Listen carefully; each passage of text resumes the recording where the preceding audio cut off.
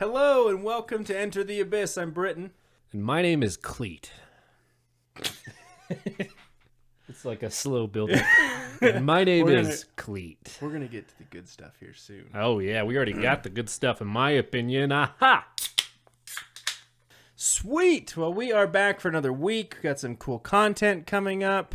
Whoa. What's important? What are we drinking? Oh, yeah. I bet our viewers are just itching to know what beer It's really good, actually. It's smooth. It's pretty smooth. So this is Kettle House Brewing Company, and this comes from Montana. Our good friend Curtis brought this back to us from Montana solely so we can try it on the podcast. So it's pretty great, and it's called Cold Smoke Scotch Ale.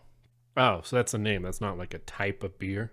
I've never heard of a Scotch ale. A Scotch ale is a type of beer. The name is Cold Smoke. Scotch ale, I think, is where they brew it in a Scotch barrel. Oh, I see what you're saying. So it absorbs the taste there. Yeah. It's really good stuff. I like it. So, again, thank you, Curtis, for bringing us a beer from out of state in Montana. We appreciate that. We got a spooky night for you guys. Spooky night. I, for one, am jumping back into the world of dolls. We've talked about dolls before, like the dolls, or the dead doll island, and a malfunctioning Elmo doll that threatened to kill a child. Yeah, Britton really likes dolls. Yeah, dolls are scary, man, especially those porcelain ones. My grandma had one when I was growing up, and it's always like, it's creepy. I don't know. Yeah, my wife has a couple porcelain dolls. Thankfully, they're still at her parents' house, and I'm like, oh, they can stay there. We don't need to bring them to our house. I don't know. I'm not terrified of them, but I don't know. To walk out and see nothing but a doll looking back at you in the middle of the night, it's a little scary. Knife in its hands. Yeah, you get some questions. Yeah, except I do have a prop from the Saw movies, the little Billy doll. I have one of those. It looks really realistic. Oh, dude, we could like kidnap someone, right? We could bring out the doll, and they're gonna shit their pants. I And just we'll need to come out and be like, "Ha ha! It's a joke. It's a joke. We got you." I just need to get a red tricycle and just push it around the house. Scare my wife. It'd be great. But yeah, so I'm going to be talking about arguably one of the most notorious dolls in the history, none other than Annabelle. Oh wow. Well, you want me to say what I'm doing, or are you just gonna jump in? I was gonna say, like, I think it's just a one-man show. We don't need to do yours at all. We'll just do my topic, and it's just a one-topic night, guys. Cleet's just gonna sit and listen.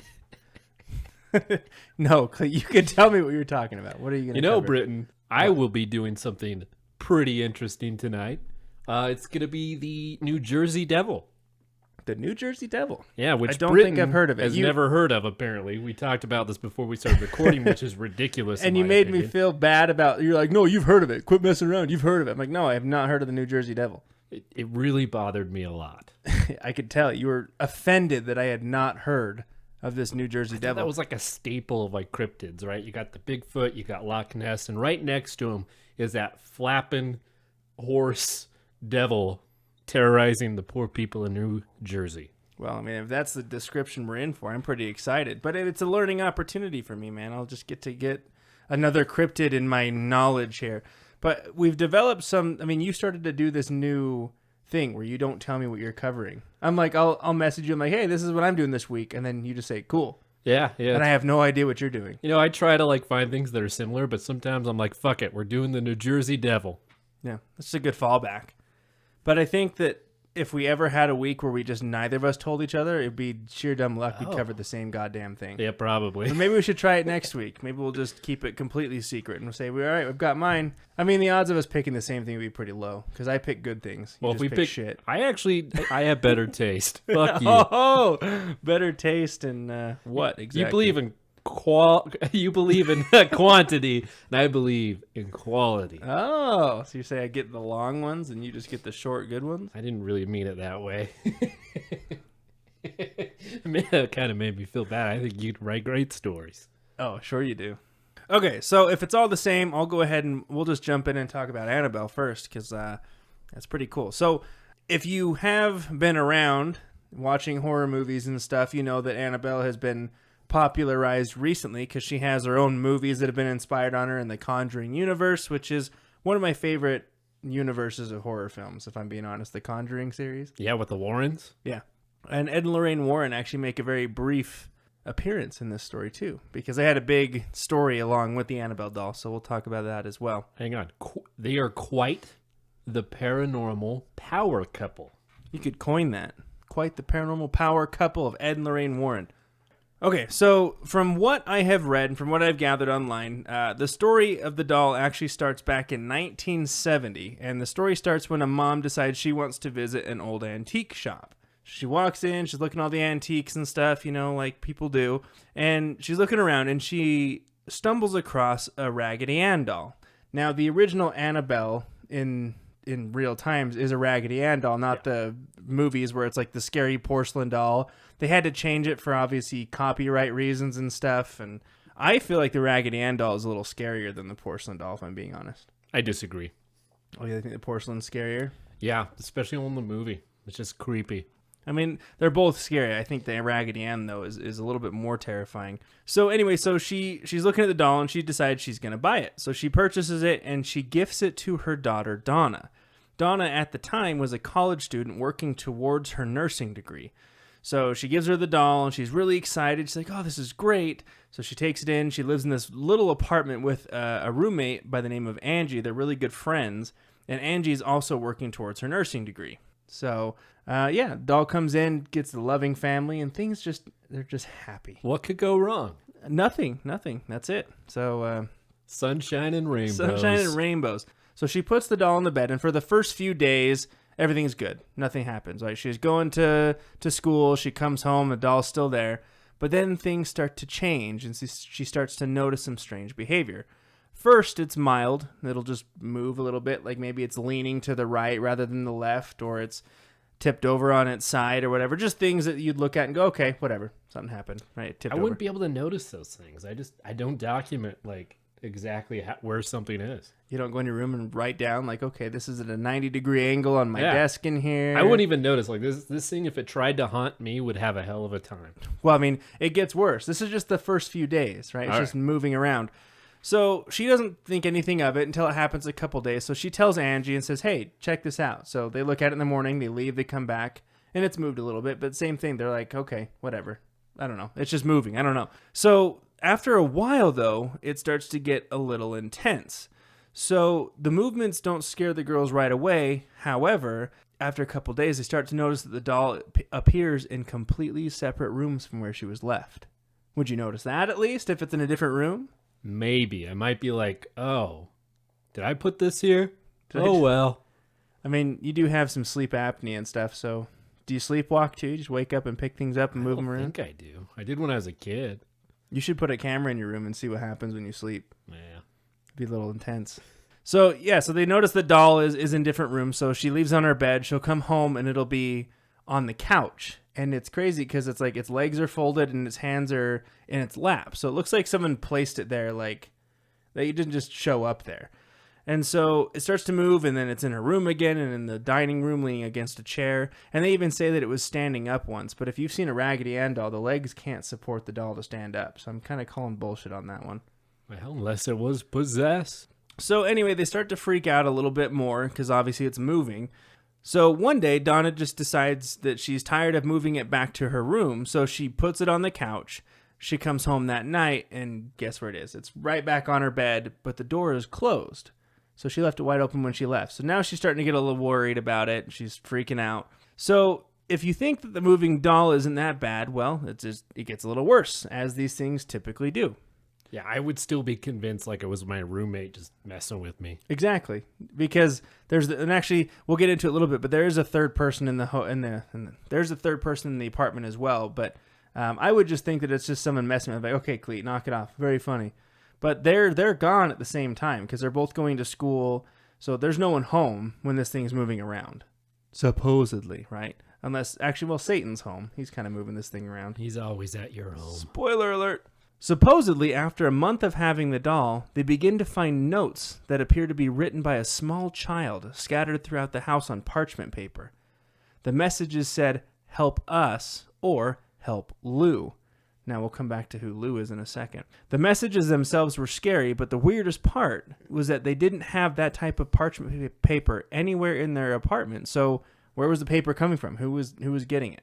I'd still be convinced it was my roommate messing with me. I'm not saying it was, but I'd be like, dude, like this seems like a real elaborate joke. Yeah, I'm thinking some neighbor kids just busting in there wanting to play in their empty apartment. Like, hey, here's some notes. Help Lou out. Ha ha ha ha. I'm going to play with your doll in your bed.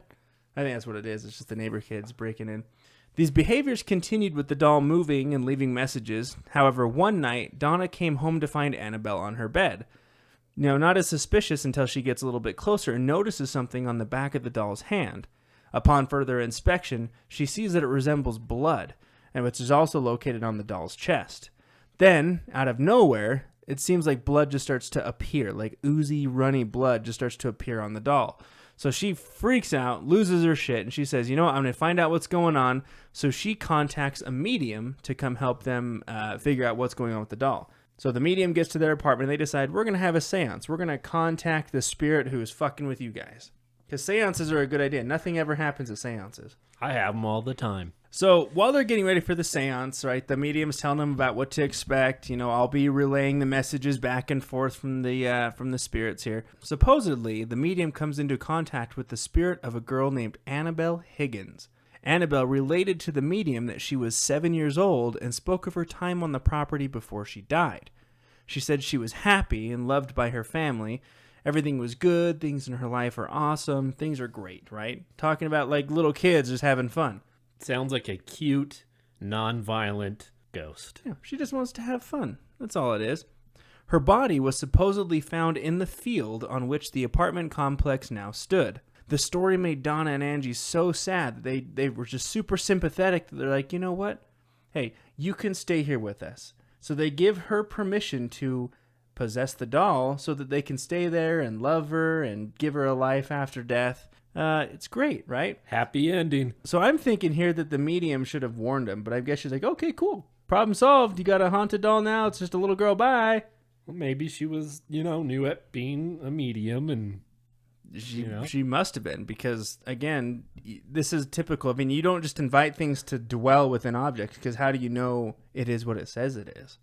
So earlier I mentioned that the notes had said help Lou, right? So Lou was a good friend that Donna and Angie had who had been staying with him in the apartment since Donna got the doll. From day one, he hated the goddamn thing and consistently begged Donna to get rid of it. He's like, this is freaky. I don't want it in here. It's terrible. Get rid of it. But Donna had like a tie to it, right? It's her mom. She gave it to her as a gift. They now know it's just this little girl. She was like, no, we can't get rid of it. It's all right. Things are good. So she didn't care what he was saying, and she kept a close connection with it. However, Lou, when he was sleeping one night, reportedly had another recurring nightmare that he often had. He stated that something was different, though, and that when he woke up, he wasn't quite sure what was going on, and he wasn't able to move. So I think he's having just a bout of sleep paralysis, because he wakes up and he's like, I can't move. Uh-oh. But he said that things looked the same. Nothing's out of place. He's like, okay, this is weird. But he gets this really weird, eerie feeling. And he looks down at the end of the bed, and he sees the doll standing up on the end of the bed. This part I can't really tell with like a straight face, because it just makes me laugh so bad. So he described the doll like floating up his body, like floating up to his head, and it starts choking him. Oh, so it battered him.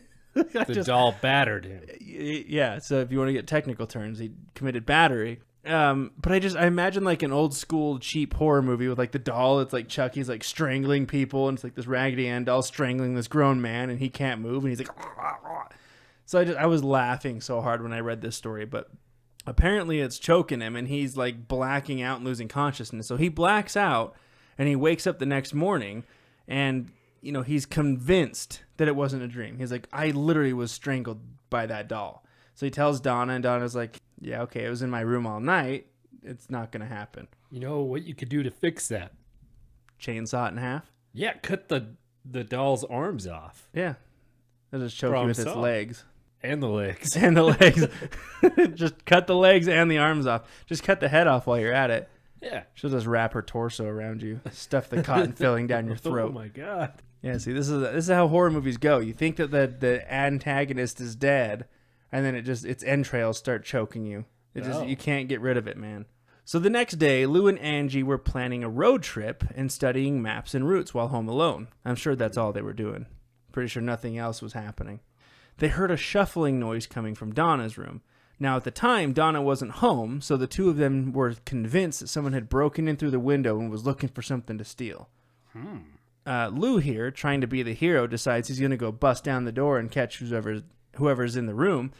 So he goes in, he opens the door, turns on the light, and there's no one in there. Nothing's been disturbed, nothing's out of place, everything seems ordinary. But in the corner of the room, he finds the doll, and it looks like she was like thrown from the bed into the corner. So he's like pissed off. He's like, I fucking hate you. So he goes towards the doll, but he gets this really weird sensation that someone's behind him. So he flips around ready to defend himself. No one's there. But then all of a sudden he says that he doubled over, grabbing his chest like he's having a heart attack. Come to find out his shirt had been ripped and he had 7 claw marks across his chest that were just bleeding down his chest. This doll really hates Lou. Yeah. So anyway, yeah, it's pretty sad. But then 2 days later, the scratches automatically heal completely. It only took 2 days. A little weird. I don't know if I can really back that one up. It's kind of crazy. So after these events, apparently Donna is convinced that something else is going on with her little doll, Annabelle. So instead of contacting another medium, they reach out to someone with more power. So they reached out to an Episcopal priest by the name of Father Hegan. After hearing the details, Hegan believed it to be a spiritual matter who contacted a higher authority in the church. He reached out to Father Cook, who then reached out to good old Ed and Lorraine Warren. The power couple. The power paranormal couple. The Warrens, completely believing this story, contacted Donna to hear their story, and once they were brought up to speed, they firmly believed that the doll had been manipulated by some form of inhuman presence, or a demon. The Warrens explained that spirits don't possess inanimate objects, but rather people, whereas an inhuman spirit will possess objects. They believed this was the case in the Annabelle doll, and it was looking for a human host to possess through the doll. So they're like, yeah, this demon is pretending to be Annabelle so it can possess you. Oh. The girls obviously are freaked out, so they arrange a meeting. Ed and Lorraine Warren show up, and they're kind of explaining the thing like, this spirit is actually pretty smart, because first it's making you aware of its presence by moving around the apartment, and then it communicated with you via the medium to make you sympathetic and invite it to stay in your house, because now that you've opened an invitation, this thing can hang out for as long as it wants, right? The Warrens informed Donna, Angie, and Lou that the next step in the process would have been human possession.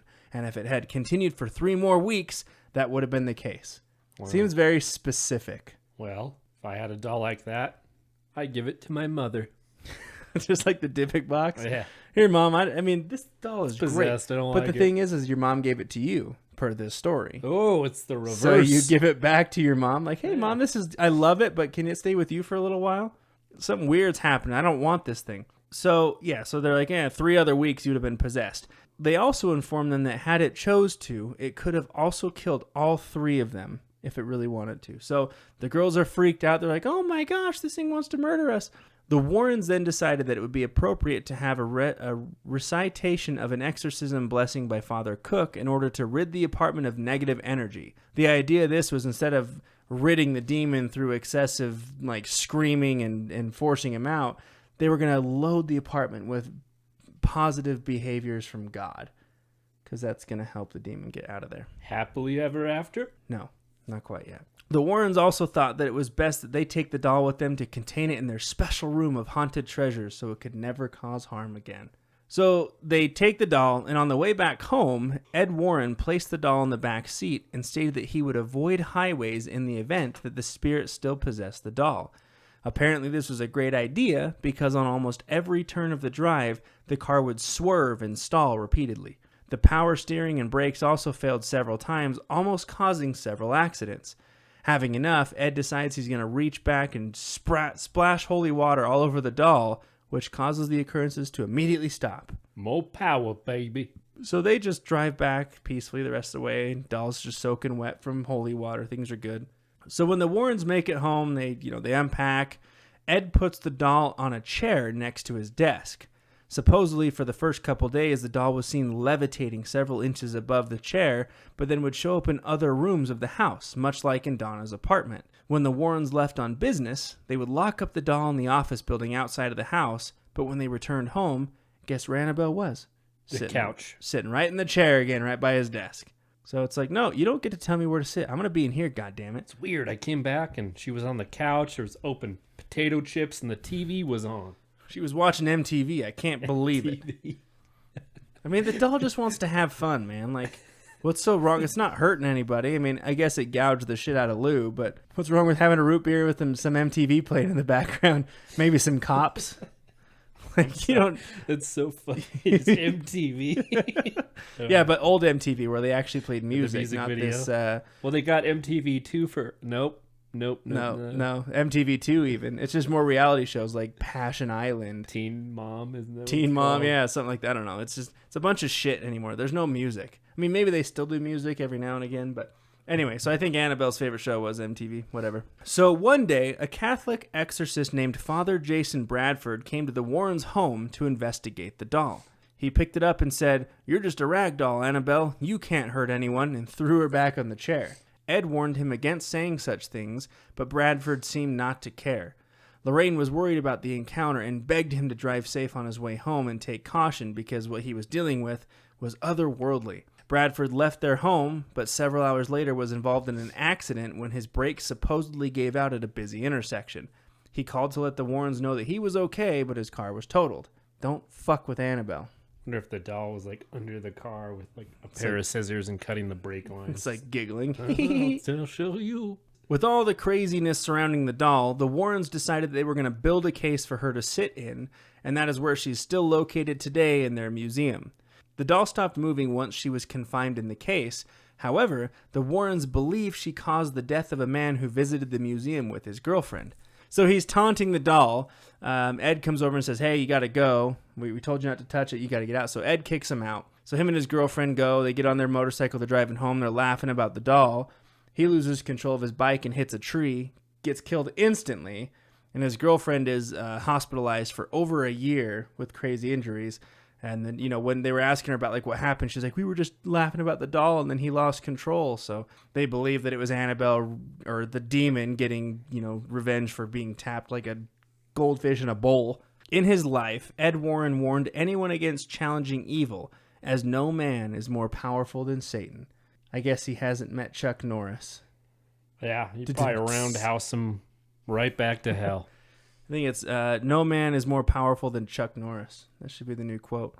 So, I mean, that's kind of the refined story of Annabelle. If you've seen the movies, you're like, wait, there's a lot of shit missing from this. The movies were absolutely fabricated, and it's entertainment. That's how things happen. They were interviewing Lorraine on the movies, and she's like, I don't mind that they fabricated it because it still tells a story about the importance of not messing with otherworldly things, but there's 3 Annabelle movies in the Conjuring universe. There's Annabelle, Annabelle Creation, and Annabelle Comes Home. The first 2 are okay. The third one's a little interesting. It's like a Goosebumps version of The Conjuring because it's like their back room starts coming alive when Annabelle gets home. It's interesting. But it's kind of funny because I didn't know this, but Annabelle actually makes several appearances in like the Conjuring films, but also The Curse of La Llorona, Aquaman, and Shazam. And I had to YouTube them because I'm like, they're so well hidden, but they're definitely in there. It's pretty cool. So needless to say that Annabelle has definitely launched herself into horror limelight in recent years, but I highly doubt she's going anywhere anytime soon. So we should go check out this Annabelle doll. I'm going to antagonize it. Just start poking Hey, the glass. bitch, my name's Lou. I'm back. I'm Lou Reincarnate. You going to scratch me? My back really itches, Annabelle. You want to scratch it for me? You want to watch some MTV? Well, you're not because there's not a TV in here. Or MTV anymore, for that matter. It's going to really piss you off when you find out what MTV is now. Quite the spooky story, Britton. Yeah. Good old doll tale. Why not? Well, transition statement. Let's go into mine. The New Jersey Devil. I know the New Jersey Devil. I was just playing earlier. I know exactly what this thing is, and I'm excited. Don't fucking lie to me. In the deep woods of New Jersey is the supposed living space of a cryptid called the New Jersey Devil. It is said to have a blood-curdling scream, and if you encounter it, the near future will bring misery and misfortune to mankind. Ugh. Wait, so if you encounter it, all of mankind is doomed? Yeah, well, misery and misfortune. Wow. To mankind. So, definitely, somebody fucking visited this thing at the end of 2019. Oh, God. Because this year is misery and misfortune. Stupid Jersey Devil, bitch. I'll show him. This is what happened. This is the year of 2020. It's the fucking Jersey Devil who got us in this predicament. It's because of Jersey. It is estimated that this devil has haunted the residents around Pine Barrens for over 260 years. Ooh. And there has been at least approximately 2,000 sightings. One, just to pull up a picture of this. I'm kind of We're going to put this on This YouTube. will be on YouTube, of course. Speaking of YouTube, our last video got pulled from YouTube because of its dark content. If you listen to it, it was a little heavy, but we're going to try and work on getting it back up pretty quick. Apologies if you prefer to watch our content on YouTube and it's not there. We will work on getting it back up. It's probably going to have to be retitled, I imagine, just because Suicide Forest doesn't bode well for that. That's a hockey team. So the New Jersey Devils are a hockey team. That's scary, man. All right, so this is what it looks like. So if you tell me that you go to a hockey game, you have misfortune if you see the Devils in their sport. Damn Canadians. Oh, God damn. It's like an amalgamation of beasts. It's like it's got hooves. Yeah. And then a horse body, a horse head with goat horns. Like and a giraffe neck. Yeah, giraffe neck and bat wings almost. Yeah. And there's like, they call it crane legs, like a crane. Oh, yeah. It's like reversed on the knees. And it's got a long, like, devil tail. What'd you do if you'd see that? You know, you're just driving in the middle of the woods. You see this guy kind of just flap down onto the road. If it was, again, to bring this up, if it was in 2020, I'd be like, okay, that fits. I'd try to hit it. You try and hit I'd be it. like, no one's well, I gonna mean, you believe could this profit on unless I kill it. it. I need to bring this thing back alive because if I tell someone I saw this, they're not going to believe a word that I said. So, yeah, if you're in a position, you can Google it or just check it on YouTube. We'll have a picture. But it looks pretty intense. So, as a kid, I remember I was going to an elementary school, and, you know, I just learned how to read, you know. Well, it's probably been a couple of years. I think I was, like, in 4th grade, you know.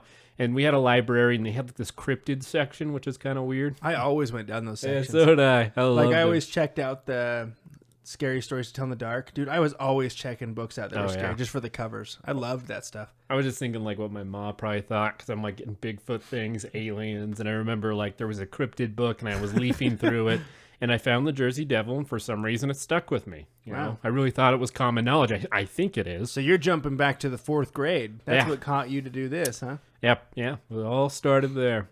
And I also remember there was like a show that used to air when I was like, I want to say maybe 13 or 14. And it was like, I think it was called The Most Scariest Places on Earth or something. It'd probably be the scariest places on Earth. I don't think it'd be the most scariest places on Earth. But they had an episode of the New Jersey Devil. And I remember it scared the crap out of me when I was a kid.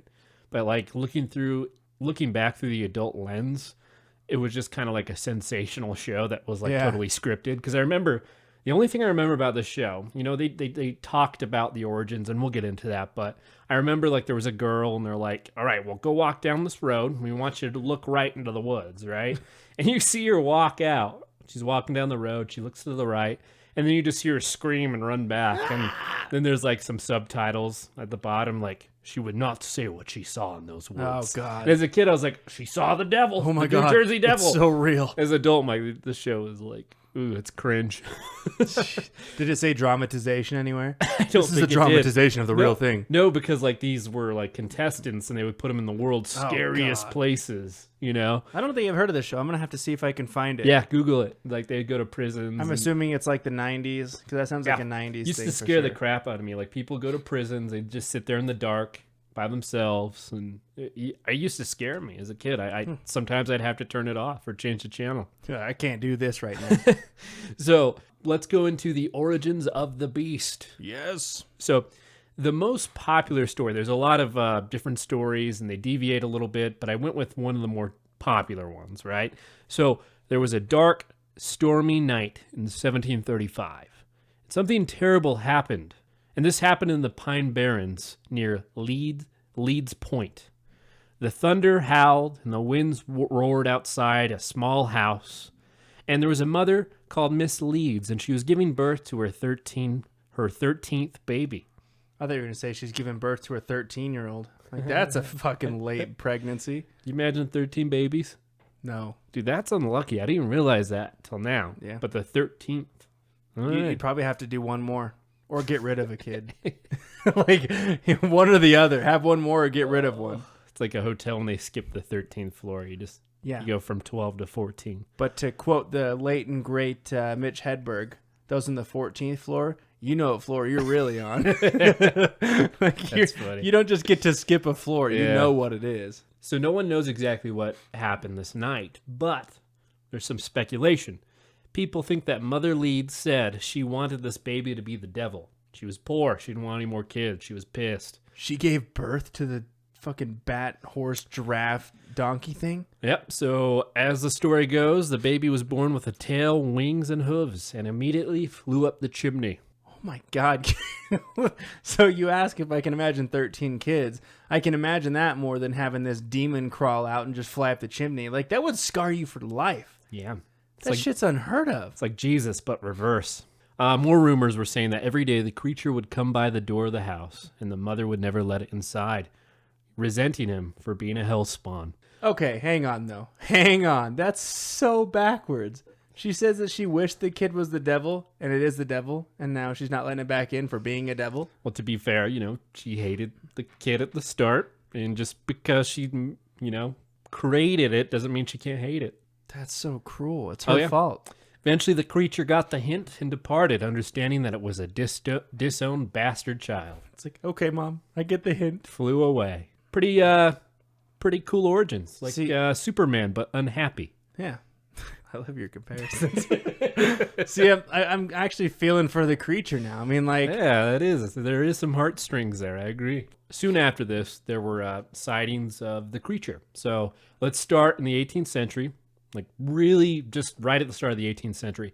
We have a Commodore named Stephen Decatur. So that means that he's in the military or naval office. Mm-hmm. He was testing cannonballs when he saw a strange creature flying across the sky. I just think people like back in time were pretty cool, like kind of badass. Because you know what he did? He's probably shooting the cannonball. He's like, you know what? He's like, hell yeah, target practice. I don't know what the hell this is, but I'm going to shoot it. So he pointed the cannon over at the creature and he shot it. And he just said it almost went through the creature. Nothing really happened. And it just kept flying until it went out of the distance. I think he missed, and that was just him trying to regain his stature. Like, no, did you see it went right through the creature? Still, though, the fact that he shot a cannonball at her, pretty impressive. He's like just shooting cannonballs into the forest. He's like, oh, there you go. Yeah. I wonder, though, if like these stories, if they got to watch this thing like grow. Because, I mean, if it was a baby at first, I wonder if like all the sightings, it continues to grow and get bigger. I doubt that that's going to be in here, but... Yeah. I was thinking the same thing. But, unfortunately, I didn't get a lot of like... I got one incidence where they said how tall it was, but it's not consistent through it at all. Okay. And so Stephen, this naval officer, was fairly prestigious in his time. Like people knew who he was, so he was like an official reporting this. It wasn't just some random dude. Right? So his words hold weight. Like it's not just some guy at crazy Shake Shack guy eating some bacon cheeseburger and shouting some crazy stuff. I saw the devil and I shot a cannonball at I saw the devil in Jersey and I shot it. With the fucking cannonball. Can you believe this, George? So the next sighting was from Joseph Bonaparte. Does the last name Bonaparte ring a bell? Yeah. Napoleon. He was Napoleon's brother. Was he really? Yeah. Napoleon's good old He brother. saw the Jersey Devil. So he was just talking about, he was in the place called Boardingtown between 1816 and 1839. And he said while he was hunting, he would see the Jersey Devil from time to time. Which again, people back then were badass. Because if I was like sitting there, right, and I'm hunting, maybe deer, moose, I don't know, and I see this winged giraffe horse thing flapping around, I probably would stop going to those woods and screaming while it flies. Or you have the other side where you're getting all excited to like bag a couple geese and you come home with that creature. Man, you're the talk of the town at that. Yeah. I want to kill this thing. My brother's taking over the world, but I got to get this. Like, hunting just became better. It's like, I could go kill a deer, or there's this goddamn demon goose flying around. This is mine. So during this time in Boardingtown, people started to notice that their sheep and cattle were getting mutilated. Just normal stuff. Gotta eat. People would say they would hear screams in the woods, and hoof tracks were being found. So flash forward 50 years, not a lot of sightings. We're in 1859, or we're between the years of 1859 to 1884. Now people are saying it will pick up anything that moves and just fly away with it. Oh, God. So they're not even finding the carcasses anymore. Like they just pick up a chicken, it picks up a goat, and it just flies away with your livestock. Probably has some cave up in the mountains somewhere. Yeah. A den, if you will. So there's a man by the name of George Sarassi. He's a prominent businessman at the time, rich dude. said he saw the New Jersey Devil fly between the border of New York and New Jersey. And that was basically the last sighting of that century. They're like, okay, everything's solved. Not too much going on. A couple livestock things missing. Some guy sees a big old fly coming through. And everyone's like, you know what? Problem solved. I think it died. Sightings stopped. People stopped talking about the New Jersey Devil. Everything's good. However, shit is about to hit the fan. Oh. As in 1909, the devil came back To Georgia? to Georgia, New Jersey. Just kidding. I don't know if there's a Georgia in New Jersey. But and it's probably the most rampant sightings that ever have happened. And it happened within a week span from January 16th to the 23rd. So this thing is ready. It's coming out. It's like, look at me, bastards. Yeah. Hundreds of people spot this person, this devil during this week. One person describes just walking outside. He's just chilling, having a good time. And he sees something in the sky with glowing eyes flying down the street towards him. And it just screams and flies away. That'd be creepy, though, man. One person claimed to see the creature taking a break by the local canal. And logically, we're Americans. He had his gun with him. He's like, I'm going to shoot it. Of course. So he's taking a break. Like this creature's just sitting there smoking a cigarette. Like, I'm tired today. Yeah. And he gets shot at. He's like, I'm kind of feeling for this creature a little bit. Do you think my mom loved me deep down? Then he hears a gunshot. Oh, shit. Nobody loves me. The man says that he flew away screaming. Just like it's not pain. He just screams. That's just his thing. The whale. Yeah. The postmaster of Philadelphia claimed to see a bird-like creature with a horse head that had a piercing scream flying down his street as well during this week. So a lot of prominent people are seeing this thing, right? But, I mean, so I'll stop you really quick. So I'm thinking it's like the Wendigo where traits and descriptions start to increase through time, because I think that's the first time you said it actually had a horse head or someone describing a horse's head. Yeah, right. That's the first one saying. So I'm assuming like throughout time, like these things are just getting added on. Like one person's like, it had long stork legs. Well, it had a horse's head. So it's just an amalgamation of these descriptions, I would assume. Or that's what it really looks like. Yeah, that's the real thing here. I'm just saying, if this was a tall tale, that would make sense. So, being that the postmaster saw this, it's really like spreading through the town. So, trackers start to look at like the hoof prints that are being left behind, and they're like, "Yeah, we've never seen an animal with these type of tracks. We have no idea what's going on." Well, especially if it's just pairs of two, like two hoof prints, right? Because it stands on two legs. Exactly. And this thing is like going town to town. It's not staying in the same area anymore. There's a town called Burlington which reported hoof prints on rooftops, on tree branches, and they would just go for miles. They would also stop randomly, like in the middle of the road, like in the snow, you would see hoof prints and they would just stop. Or in the middle of a field. Well, because it has wings. And it stopped walking. It's like, I'm going to fly now. Right? I mean, what would you think if like just the hoof prints stopped? Like it would have had to have flown, right? So again, it's just building up steam. The whole town's like, what the heck is going on? So they get bloodhounds and they're like, hey, follow these tracks. And they refuse to even follow them. They just won't do it. Or they follow them and then the dogs start flying. We'll be back. See you later. Or no, it gets picked up by the thing. Yeah. Goes away. You're just giving it food at this point. One of the more famous cases during this time is by a family called the Nelsons, who woke at 2:30 a.m. because they heard some strange rumbling noises in their backyard. No noises at 2:30 a.m. are good noises. Yeah, none. Just go back to sleep. So they look out their window in the backyard, and they find what they believe was the Jersey Devil, and they watch him for 10 minutes. It's the longest sighting anyone's ever seen the New Jersey Devil. And it's just the wife and the husband looking at each other like, what the hell They're is just that, laying right? in bed for 10 minutes like, are you seeing this shit? But yeah, are you seeing this shit? Their description is very on point, because, again, they saw it for about 10 minutes. They said that it was about 3.5 feet tall. What? Horse-like face, long neck, wings about 2 feet long. Its back legs were crane-like, and it had hooves. So it would walk on it was walking on its two back legs, and it held up two short front legs that looked like paws, right? Like little T-Rex arms.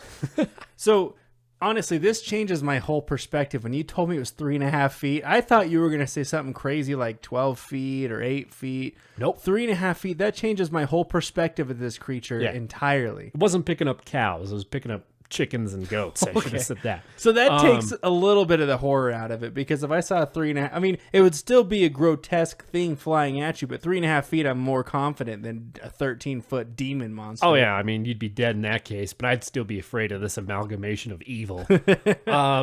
So, husband and wife, they're looking at it. They managed to get up the courage and be like, dude, we got to get this thing out of our backyard. So the husband opens up the window, takes a deep breath, and yells, "Shoo." Shoo. Right? What a hero. Yeah. So it turns around, because I guess it was, they could just see the back of the wings. It turns around, looks at the man directly in the eyes, barked at him, and flew away. Oh, no. The whole thing, I just imagine like, shoo. And like this thing's like, ruff. Like this whole encounter just seems ridiculous to me. Yeah, like, it really is. Like, of all the things I would shout out my window, shoo would be on my, like, the lower end of my list. Yeah. That's like, scram. Well, again, it's Get out of here. we're talking about 120 years ago. don't Like it's a different time. Like you She can, was more it's aggressive back still then. appropriate to say, get the fuck out of my lawn. Or Get out of here, you wanker. Exactly. It's like, get the fuck out of my yard. I mean, that's still appropriate rather than shoo. It's not a cow. So things just keep like going fever pitch, right? Because there's just so many sightings in this week span. Some hunters are like, all right, we see a set of tracks. We're going to follow it. We're going to kill it. Okay. Mm-hmm. They follow these tracks for 20 miles, right? And they say that these tracks go over 5-foot fences, go through 8-inch spaces. I mean, it's just the tracks are bizarre. They can't believe what they're following. And they get to the middle of a meadow. The tracks just stop. Yep. Just done, right? And the sightings just get ridiculous. Like a fire department claims that they sprayed the creature with a fire hose. So everyone's just using what they have in their hands at the time to just shoot this poor thing. Police say they shot at it. I even read a story of a lady trying to hit it with a broom. Okay. Yeah. That's great. Some kids are playing soccer or baseball, and they're like, let's hit it at it. So literally, I mean, it hasn't killed anybody. It hasn't harmed anybody. It's just taking some chickens and stuff. So I have sympathy for this thing. I really do. Just wanted his mom to love him. Yeah, like this kid was born. His mom hated him. She wouldn't let him back into her life. He leaves. He's trying to survive for the next 260 years. Everyone who has something in their hands is trying to launch it at him. This poor little guy. Hello, darkness, my old friend. Obviously, the newspapers at the time, the main medium of information travel, starts writing about this creature, and it just leads to mass panic. Schools and factories close. People stop going out at night. And then all of a sudden, the sightings abruptly stop. Just 1 week. This all happened in 7 days. That's because he read the newspaper. He was like, oh, man, I can't go out anymore. Nobody loves me. He just got sad. He left. Literally. Like, this guy is just, he's this. I mean, I get it. You look scary as all get out, but everything needs to be loved. Yeah. Amen. Fucking demon thing. After this, there's not a lot of, great sightings. I mean, there was a few that I can kind of talk about. 1920. It's like Bigfoot that's always blurry. There's never a substantial sighting. It really tapered off. Like, there's a few, but that was the week. That was the week of the devil, week. So I found a story in 1927. A cab driver got a flat tire driving to Salem, and he gets out. He starts changing the tire, and he says, just out of nowhere, this creature, as described as the New Jersey Devil, lands on the top of his cab and just starts shaking the bejesus out of the car. And he just runs. He abandons everything. He just leaves. Like, oh, shit. Tells everyone what happened, and the cab company gets the car. Another man by Philip Smith said he saw the devil walking down the street in 1953. And then, again, there was a few more sightings in the town. I found one thing about, some lovers driving up to a little lover lane. And I guess the creature jumped on the top of their car and they freaked out. The old little Hook story, except with the New Jersey Devil. See, I don't think that the devil was the one shaking the car that night. So, again, there's still sightings to this day. but they're just about the same. You know, people claim they hear screaming in the woods from time to time and seeing some flapping horse person going around town, right? For some reason, every time you say flapping thing, it kind of grosses me out a little bit. When you say flapping, I'm not a fan. I know. I'm not a fan. I think it's a funny word, flapping. It is this big flapping thing, but it's not big. It's a 3.5-foot flapping demon horse baby who has stork legs, who just wants a hug, for Christ's sakes. You love me. So let's go into some theories people think about the creature. All right. First one is people think the devil could have been a sandhill crane whom was native to the area at the time. Not anymore because of, human development. The bird is 12 pounds, is 4 feet high, so kind of in that range, and has a wingspan of about 80 inches, so it can fly. It does have a loud, annoying scream, whooping voice, although it does not explain the livestock getting killed and mutilated at that time during that week. I can't imagine a crane doing that. Some other people speculate that it was a creature from the Jurassic period who was able to survive in an underground cavern. Yeah. Okay. I believe that. So it's just hiding out in an underground cavern. Possibly a pterodactyl. Did they find its DNA in a little bit of amber? There's a theory during that week span that a zoo was offering to pay $10,000 to collect any of the dung from the creature. It never happened. You bring me its shit and I'll pay you. But again, like a pterodactyl doesn't really match the eyewitness descriptions of the creature. It doesn't have a horse's head. There isn't an organism that ever lived on Earth that matches that description. It's amalgamation. I mean, what kind of description are you looking for here? Because that doesn't exist. The last theory I could find is people think it's the essence of evil embodied. It ain't that pretty. Yep. So the reason why they think it's evil manifested is it always appeared before tragic events. Oh, yeah. See, that wasn't in this story earlier. Yeah. So first couple of sightings were right before the Civil War. Some more sightings happened right before the Spanish-American War, World War I, and World War II, which reminds me of the Mothman prophecies. Yeah. Remember that? Yeah. Because didn't the Mothman fly? I imagine. Mothman, right? Yeah. There's always talk about creatures happening before like crazy events. Yeah. So, but I mean, and obviously kind of a throwback to some episodes and a look forward to new episodes. The Mothman is definitely covered in folklore in one of the states that we're going to be covering. So we will be covering the Mothman at some point. I think it's actually further down the list. But, so we'll actually cover it. But I did get a little bit of a Mothman feel to the. Yeah, I did too. This is much before it though, so maybe the Mothman's just a copier. Could be. Last series was just a damn tall tale. I do want to say one thing though. Now that you brought up more of the Mothman prophecy, dude, that movie kind of scared me when I was younger. Is that the one with Richard Gere? I think so. And the only part of that movie that actually scared me that I enjoyed is when the Mothman got on the phone. You just heard that creepy voice. You're like, oh, that's gross. Yeah. I don't like that. Just hit something in your ear. Like, nah, I don't like that. You just talk for the Mothman. It's just like every time you say flapping, I get like, ugh.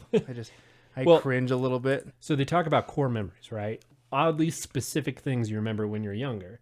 And I remember in that movie, and I don't know if this is all fabricated, but they were saying that they had audio transcriptions of the Mothman, and they were saying that voice couldn't be replicated by a human. Like, it just wasn't within the decibel range or whatever. I'm not good with audio, but a human can produce that language. Yeah. Very interesting. Anyways, that wraps up the New Jersey Devil. Nice. I enjoyed that one, actually. That was pretty good. Jersey, baby. Okay, so as always, I know we like to kick it out to our listeners and stuff, but we've had a lot of suggestions from our listeners, but if you've witnessed anything about the Jersey Devil, send us your stories. If you've gone to see this Annabelle doll in person, send us your pictures. We'd love to display it on our YouTube channel. They give you a shout out and everything, but again, if you have any suggestions in general, enter theabysspod@gmail.com. But we do appreciate you guys tuning in every week. If we ever get big, we'll go meatballing in Jersey. Anyway, meatballing? What is that? Like I had a girl I used to date that loved that Jersey show. I don't know what it was called. But Jersey Shore? Yeah, and I guess one of the girls in it would like get really drunk on the boardwalk and just walk. That was your thing.